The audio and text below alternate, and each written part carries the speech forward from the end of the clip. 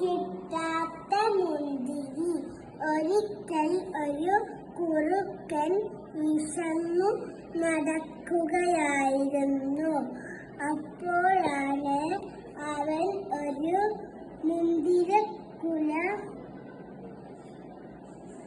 കണ്ടത്. കുറുക്കന് സന്തോഷമായി. എന്നാൽ മുന്തിരിക്കുല കുറെ ഉയരത്തിലായിരുന്നു. ചാടിയിട്ടും കിട്ടുന്നില്ല. കുറുക്കൻ എന്തു ചെയ്തെന്നോ? ഒരു കല്ല് ഉരുട്ടിക്കൊണ്ടുവന്ന് അതിന്മേൽ കയറി